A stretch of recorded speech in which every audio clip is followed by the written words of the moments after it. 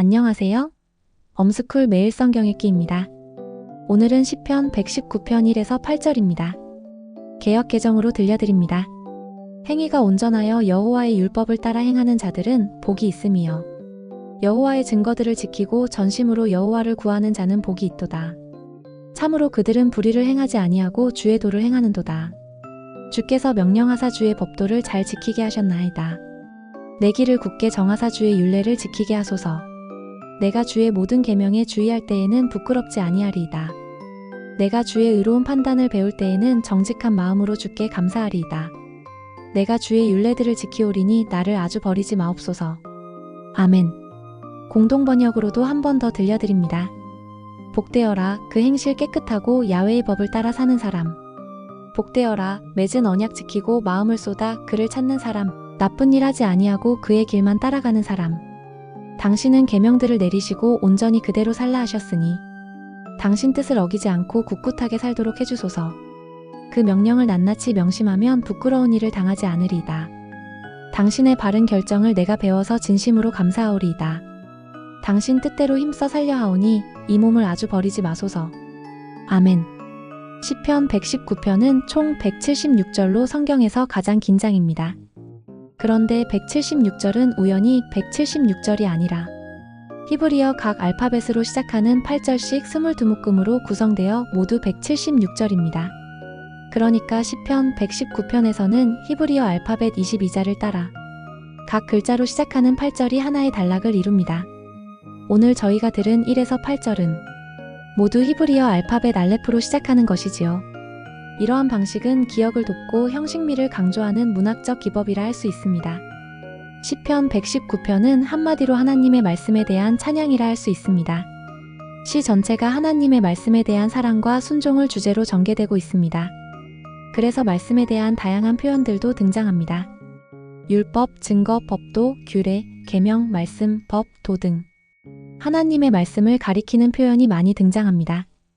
오늘은 저희가 하나님의 말씀을 찬양하는 시편 119편의 말씀에 좀 더 공명하기 위하여 율법과 관련된 배경을 좀 말씀드리려고 합니다. 하나님의 율법이 가장 명시적으로 주어진 사건은 하나님이 시내산에 임하시고 십계명을 주신 일입니다. 이스라엘 백성들은 시내산에서 교회와 국가로 조직되었습니다. 조직을 갖추려면 지도자가 필요하지요. 만약 새로운 나라를 건설하기 위하여 왕이든 대통령이든 최고 지도자를 선출했다면 누가 뽑혔을까요? 당연히 모세일 것입니다. 그러나 하나님은 그렇게 하지 않으셨습니다. 하나님은 인간왕을 주시지 않고 하나님의 법을 주셨습니다. 모세는 왕이 아니라 단지 하나님의 율법의 중개자와 교사로 삼으셨습니다. 하나님의 법이 기본적으로 인간의 자유를 위한 것이라는 것을 알게 됩니다. 인간왕은 외부에서 다스리고 통제하는 존재입니다. 그러나 법은 우리의 내면에만 자리 잡을 수 있다면 스스로를 통제하면서 자유롭게 살아갑니다. 하나님 생각이 내 생각이 되면 하나님이 하라고 하니까 하는 것이 아니라 내 생각과 내 마음을 가지고 내가 행동하는 것이지요. 이것은 하나님과 내가 완전한 연합을 이룬다는 것을 보여주는 것이며 이런 이유에서 하나님의 법을 언약이라고 부르는 것입니다. 그런데 나중에 이스라엘 역사를 살펴보면 결국 어떻게 되었나요? 이방 나라들과 마찬가지로 왕을 구합니다. 그래서 왕을 구하는 백성들에게 하나님께서는 그들에게 엄히 경고하고 그들을 다스릴 왕의 제도를 가르치라고 하셨습니다. 왕이 자신의 권위와 세력을 유지하기 위해서 너희의 아들들을 군인으로 삼고 너희의 딸들을 음식을 요리하게 할 것이고 너희들의 수확물을 빼앗고 10분의 1도 거두어 신하들에게 줄 것이다. 이 외에도 그들이 당할 일들을 자세하게 열거합니다. 그리고 심지어 너희가 그의 종이 될 것이라고도 하셨습니다. 이 정도로 경고하셨으면 돌이킬 법도 한데 그들은 그렇게 하지 않았습니다. 그렇지 않습니다. 우리에게도 왕이 있어야 되겠습니다. 하나님의 아픔과 슬픔이 좀 느껴지시나요? 진정한 자유를 주려고 인간 통치자 대신 하나님의 법을 주셨는데 이들은 왕을 요구하고 하나님 주신 자유를 버리고 스스로 억압 아래로 들어갑니다. 하나님은 우리에게 진정한 자유와 행복을 주시기 위하여 법을 주셨습니다. 그래서 우리가 하나님을 사랑하는 마음으로 법을 따라 살아갈 때 우리 하나님은 기뻐하십니다.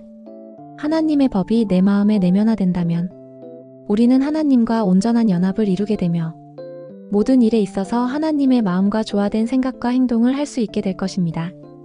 그래서 시편 119편은 그토록 하나님의 말씀을 찬양하며 노래하는 것입니다. 시편의 노래에 좀 더 공감하기를 바라며 공동 번역으로 1에서 8절 들려드립니다. 복되어라 그 행실 깨끗하고 야훼의 법을 따라 사는 사람. 복되어라 맺은 언약 지키고 마음을 쏟아 그를 찾는 사람. 나쁜 일 하지 아니하고 그의 길만 따라가는 사람. 당신은 계명들을 내리시고 온전히 그대로 살라 하셨으니 당신 뜻을 어기지 않고 굳굳하게 살도록 해주소서. 그 명령을 낱낱이 명심하면 부끄러운 일을 당하지 않으리이다. 당신의 바른 결정을 내가 배워서 진심으로 감사하오리이다. 당신 뜻대로 힘써 살려하오니 이 몸을 아주 버리지 마소서. 아멘. 함께 묵상한 내용을 정리하는 오늘의 한 문장입니다. 사람의 자유와 행복을 위하여 주신 하나님의 말씀을 따라 행하는 자들은 복이 있다. 묵상과 연관된 찬양입니다. 오늘은 찬미가 232장 달고 오묘한 그 말씀입니다. 하나님의 말씀을 너무도 사랑하여 노래하는 시편의 말씀에 좀 더 공감하고 공명하는 하루 보내시기를 빕니다. 감사합니다.